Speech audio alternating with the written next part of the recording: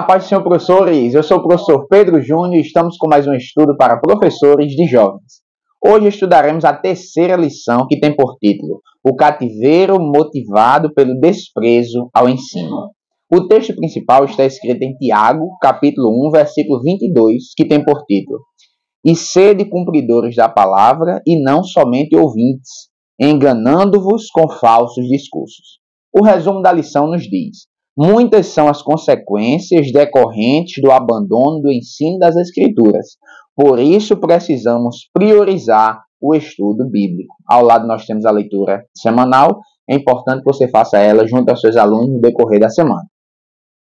São 3 os nossos objetivos. Primeiro, conscientizar do perigo de se esquecer da lei do Senhor, explicar por que não podemos deixar de ouvir as Escrituras e compreender o perigo dos falsos ensinos. O texto bíblico, que é a base para a nossa lição, está escrito no livro do profeta Jeremias, no seu capítulo 27, dos versículos do 4 ao 11. É importante que você faça toda essa leitura com os seus alunos.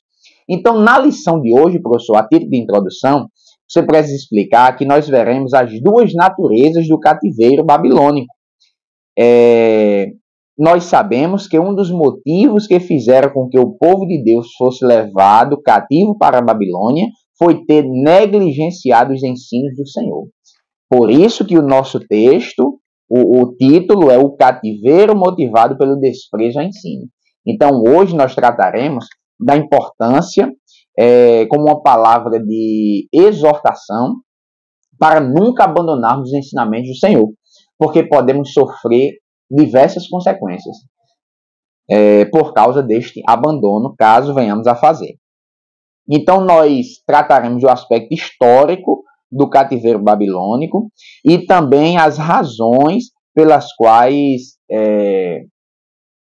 Deus entendeu ser necessário esse cativeiro, que perpassa principalmente a questão da negligência com o ensino. Então, nós teremos o caráter histórico e exortativo. Veremos a história, do cativeiro babilônico e a exortação por trás desse cativeiro. Ou seja, não negligencie a palavra de Deus, a sã doutrina.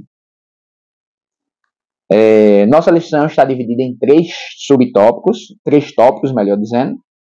Vamos para o primeiro. O perigo de se esquecer da lei do Senhor. Professor, para esse tópico, nós reservamos aqui a importância de você tratar sobre o profeta Jeremias.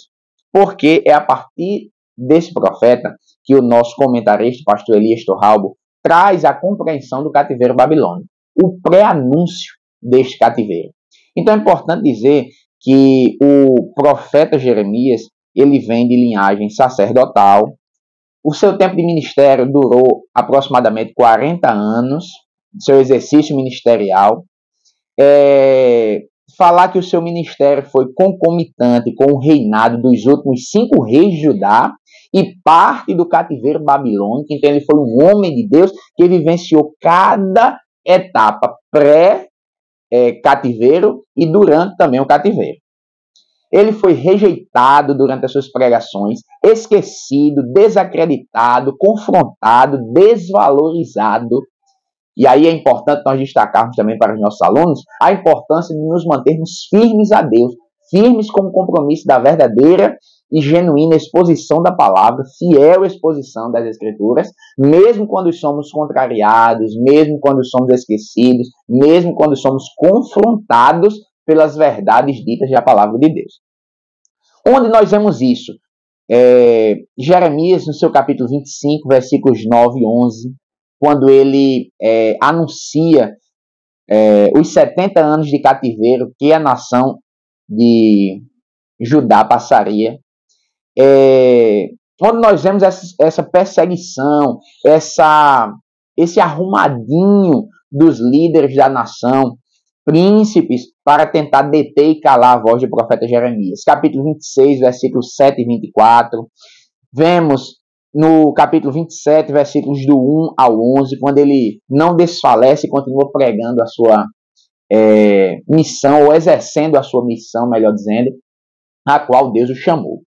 Porque desde o início do seu chamado, como nós vemos em Jeremias capítulo 1, Deus lhe apresenta pelo menos duas visões: a vara de amendoeira e depois uma panela a ferver inclinada para o norte. E aí essas visões são traduzidas como a infalibilidade da palavra de Deus, quando ele diz: eu velo sobre a minha palavra para fazê-la cumprir, e também a mensagem de juízo que ele deveria transmitir e que viria da região do norte. Então não foi fácil, é um profeta de muitas lágrimas. Nós vemos em Lamentações de Jeremias o modo como ele se expressa, as tentativas de desistência, mas em contrapartida Deus o reanima. Seu capítulo 3, ele diz uma expressão muito interessante, Lamentações de Jeremias, quando ele diz assim: quero trazer à memória aquilo que me pode dar esperança.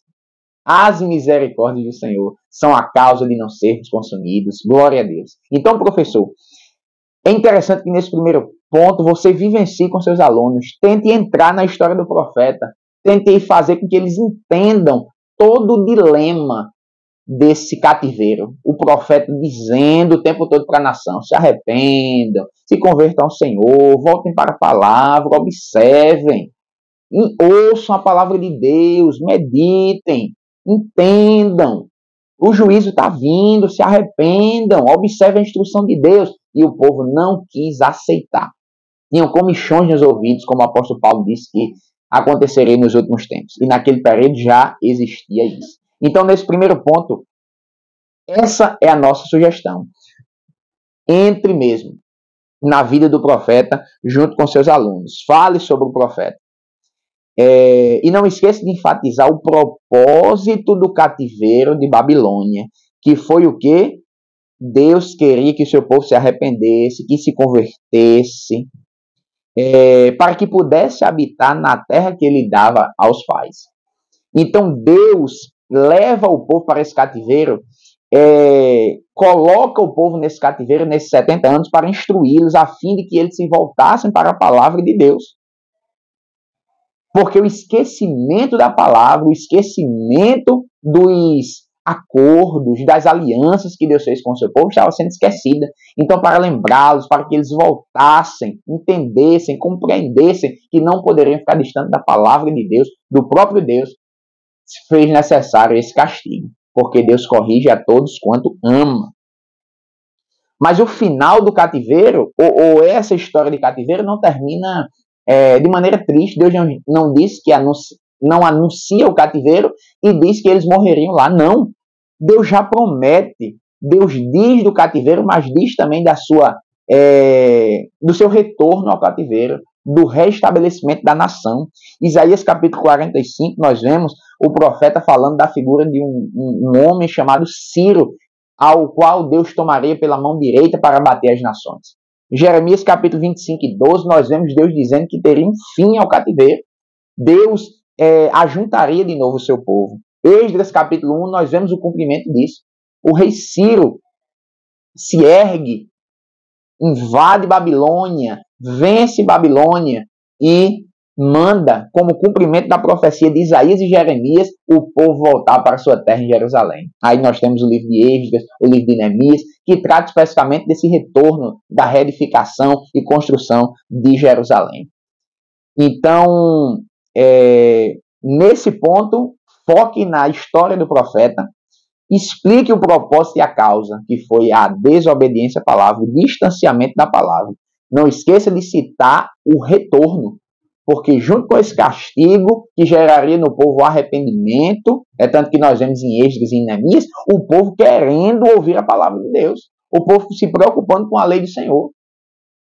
Então, a ideia é conversão. A ideia do cativeiro foi pedagógica, para que eles aprendessem e regressassem ao caminho de Deus, à palavra de Deus.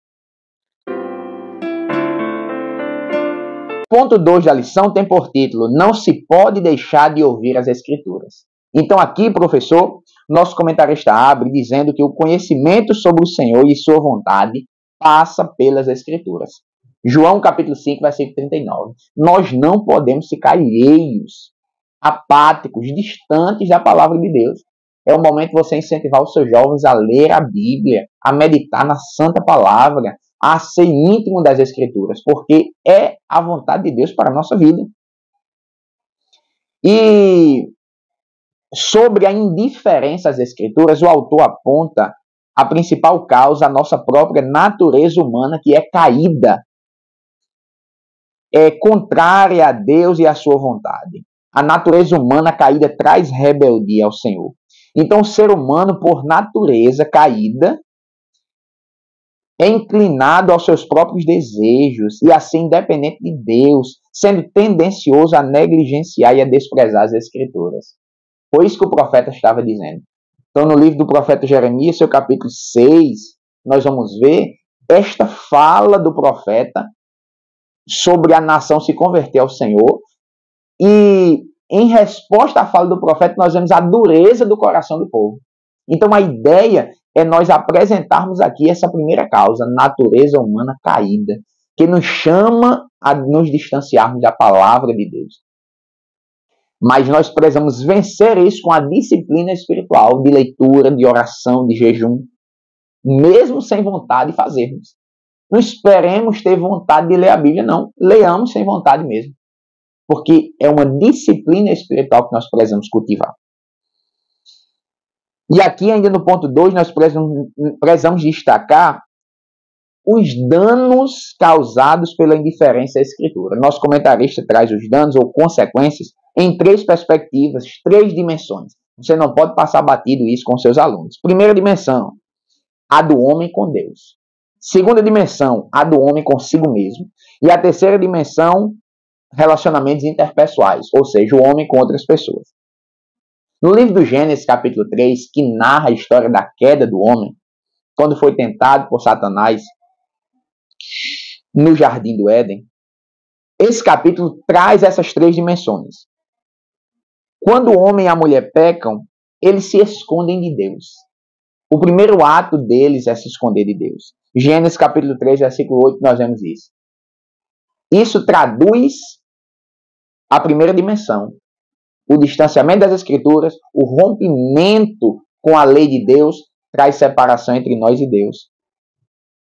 Então a relação entre o homem e Deus é interrompida, é prejudicada. Portanto, é a primeira consequência, o primeiro dano trazido pelo afastamento das Escrituras. O desvio do ensinamento de Cristo. Em segundo lugar, o homem percebe que está nu.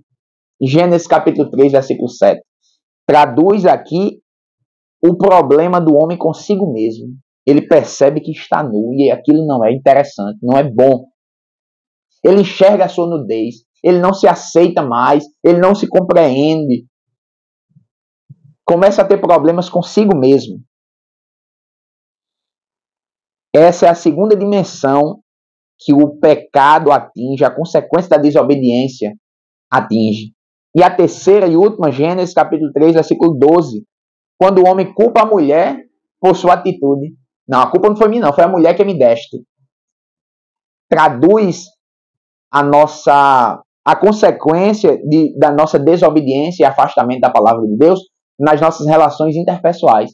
Quando nós queremos culpar o outro, quando nós nos desentendemos com o outro, quando não há união com o outro, é a ideia da consequência quando nos distanciamos e desobedecemos os ensinamentos de Deus.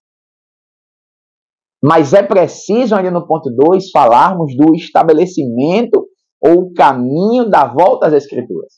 Como o cativeiro serve para instruir e depois Deus promete a redenção do povo, o tópico 2 nos apresenta as causas dessa indiferença com as Escrituras, as consequências dela, mas o caminho de volta. É preciso voltar para Deus. É preciso voltarmos às Escrituras. É preciso entendermos que a Bíblia é lâmpada para os nossos pés. A palavra de Deus permanece sendo luz para o nosso caminho, conforme o Salmo 119. É preciso entendermos e vermos que a prioridade da nossa vida precisa ser a palavra de Deus. Como Neemias e Esdras expressam a prioridade do povo em relação à palavra depois do cativeiro. Então, às vezes, é necessário sermos afligidos ensinados por Deus, e às vezes não é da maneira que a gente acha confortável, às vezes é doloroso como cativeiro, mas é pedagógico para entendermos o caminho de volta. Então o caminho de volta é orar, o caminho de volta é jejuar, o caminho de volta é lermos a palavra, meditarmos na sã doutrina, que nós precisamos estar abastecidos pela palavra de Deus. Nós precisamos voltar, termos na nossa vida a palavra como mensagem central, Deus como centro. E aí nós temos que aproveitar esse momento para falar de um momento devocional, do nosso devocional com Deus. Nosso momento a sós com Deus. Temos o nosso momento congregacional, mas temos o nosso momento também individual com Deus. Então, precisamos apresentar aos nossos alunos o caminho de volta. Não está nada perdido. Nós podemos voltar. Regressarmos às boas práticas e voltarmos à palavra de Deus. O tópico 3 tem por título o perigo dos falsos ensinos. Primeiro, nós precisamos fazer um resgate histórico mostrando aos nossos alunos que os falsos ensinos não são de hoje. Não é a nossa geração que está precisando combater veementemente os falsos ensinos, não. Os falsos ensinos começam no jardim. Na dimensão terrena, começa no jardim do Éden. Satanás deturpando a palavra, trazendo outra interpretação àquilo que Deus disse. Eva diz, Deus disse para não comermos. Aí Satanás diz, não é bem assim. Falso ensinamento. E deixe claro para os seus alunos que o problema aqui, esse falso ensino, não tem a ver com um equívoco, um erro que alguém sem intenção comete ao expor a palavra. Errei, meu Deus, eu não me apercebi, perdão. Não é isso. O problema aqui é o falso ensino intencionado, deturpação da palavra por falsos mestres que de maneira intencional querem modificar o que a Escritura diz. Este é o problema. São esses que nós devemos ter cuidado redobrado. A realidade dos falsos ensinos é presente em toda a época histórica. Adão e Eva no jardim, nos dias de Elias, ele precisou combater os falsos profetas enganando o povo de Deus. 1 Reis, capítulo 18, nós vemos isso. Nos dias de Jeremias, o espírito de engano atuava abertamente. Jeremias 5, nós vemos isso. No período dos apóstolos, 1 João capítulo 4, versículo 5. E nos dias atuais não é diferente. Teologia coach, teologia da prosperidade, neopentecostalismo com todos os seus arrumadinhos, todas as suas práticas positivas e ações humanas para tentar mexer com Deus, rituais que ultrapassam o que a palavra ensina.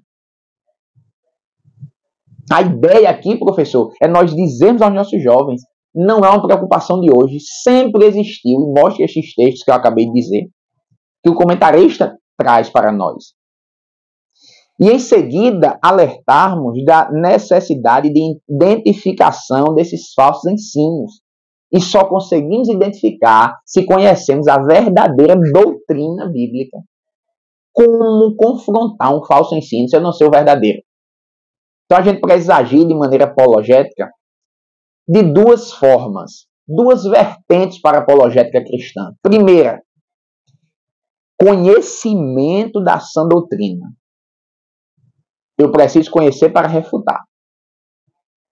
O apóstolo Pedro diz, para respondermos com mansidão a todos quantos pedirem a razão da nossa esperança ou fé. Então, para saber responder, eu tenho que conhecer. Tenho que saber a razão da minha fé. E a segunda vertente apologética é conhecer a falsa doutrina para poder refutá-la. Encontrar os seus equívocos, os seus erros. Mas tem gente se preocupando só com essa segunda. Tá fera na doutrina errada alheia e desconhece a sua. Vai cair. Porque você só está se especializando na doutrina errada. Conheça a sã doutrina. Conheçamos a Bíblia, a palavra de Deus. Glória a Jesus. Então nós precisamos analisar, reter o bem, reter o que é certo. Não caiamos nas doutrinas de espíritos de engano, como 1 João capítulo 4, versículo 1 ao 6, nos alerta. Nós precisamos identificá-los e resisti-los, conhecermos e refutarmos. Peçamos ainda o discernimento de espírito, que é um dom, para que possamos entender o que está por trás de uma fala bonita, bem elaborada, bem colocada. Às vezes tem falsas doutrinas, doutrinas de demônios, espírito de engano, e nós vamos caindo, porque a fala está bonita, bem articulada, bem organizada, homileticamente falando. Mas não. Nós precisamos ter o discernimento, conhecer a verdade que liberta. Nós precisamos conhecer o verdadeiro evangelho, conforme Romanos capítulo 1, versículo 16 e 17. Para rejeitarmos as falsas doutrinas. Precisamos vencer os falsos ensinos. É isso que vamos focar no ponto 3. Precisamos, primeiro, ouvir a palavra de Deus, identificar os falsos profetas, não dar ouvido aos seus ensinos, que contrariam a mensagem de Deus, e ensinarmos a verdadeira doutrina. Glória a Deus. Termine citando Timóteo. Qual foi o objetivo de Paulo ao enviar Timóteo para a igreja que estava em Éfeso? Combater os falsos mestres. Timóteo, resista, combata, ensine a verdade. Glória a Jesus. E como Timóteo, nós somos Timóteos também, para combatermos as falsas doutrinas. Então, seu ministério, professor do ensino, é muito importante. Escola Bíblica Dominical é o momento de refutarmos as heresias, alertarmos nossos jovens para a verdadeira doutrina em nome de Jesus. Vamos para o nosso momento EBD. Olá, querido professor, estamos com mais um momento EBD. São aqueles 5 minutinhos que você conversa com seu dirigente para apresentar a Escola Bíblica Dominical, que vocês estão estudando, como está sendo gratificante estudar juntos a palavra de Deus na classe dos jovens, e aproveitar e fazer o convite àqueles alunos faltosos para que eles possam estar também frequentando o EBD, aprendendo um pouco mais da palavra de Deus. Olá, querido professor, estamos com as nossas dicas e subsídios pedagógicos para que você enriqueça cada vez mais as suas aulas. A primeira dica é a orientação pedagógica trazida na lição, que diz o seguinte: professor, converse com seus alunos explicando que a transgressão irrestrita acaba levando a um estado de impudência, ou seja, falta de vergonha, onde o indivíduo é incapaz de se importar. Isso agora pode ser visto em relação ao povo de Deus no tempo do profeta Jeremias, que é quando o profeta pregava e o povo ficava alheio. O povo não dava ouvido, o povo rejeitava, eles não aceitavam a correção. Mataram os verdadeiros profetas com a espada. Então essas pessoas tinham um espírito indisciplinado, inconstante. Insistiam em vir a Deus somente quando lhes agradava. Você vai falar sobre isso, é a orientação pedagógica, é explicar aos nossos alunos sobre essa transgressão irrestrita, acabando ou acaba nos levando para esse estado de falta de vergonha. Então Deus fala e a gente não ouve. Nós ficamos dormentes à voz de Deus, insensíveis às alertas do Espírito. Então a dica é trazer essa reflexão para nunca cairmos nesse estado. E como dica pedagógica, já que estamos tratando do cativeiro babilônico, né, que foi motivado pela rejeição do povo com a palavra de Deus, nós vamos fazer uma dinâmica de júri. Você vai dividir a sua turma em 2 equipes. Uns defenderão falsas doutrinas e os outros serão os defensores da sã doutrina. Junto com os seus alunos, e aí nós vamos deixar você bem à vontade para escolher a temática que quiser. Mas a ideia é fazer uma espécie de um concílio. Um grupo de alunos vai defender uma heresia qualquer e o outro vai refutar à luz da palavra aquela heresia. E você pode ser o juiz e chamar alguns alunos também para fazer parte do júri. Se desejar chamar mais alguns alunos, a sala seria dividida em 3 grupos de pessoas. Defensores da falsa doutrina, refutadores, digamos assim, e defensores da sã doutrina, e o júri, que vai avaliar os argumentos e dar o veredito sobre qual posição, né, qual compreensão venceu nos argumentos. Em nome de Jesus, os defensores da sã doutrina vencerão e terão bons argumentos. Essa é a ideia, transformarmos essa aula e aproveitarmos ela para criarmos bons apologetas para a glória de Deus. Querido professor, foram essas as nossas dicas. Desde já agradecemos a sua presença conosco até aqui. Nosso vídeo vai ao ar toda quarta-feira, salvo algum imprevisto. Esperamos você continue conosco. Curta esse vídeo, compartilhe, deixe o seu like e não esqueça do estudo de professores de adultos também, que vai ao ar ao vivo nas quartas-feiras no canal da ADPB. Então, que Deus lhe abençoe. Desejamos uma aula cheia da presença do Senhor. A todos, a paz do Senhor.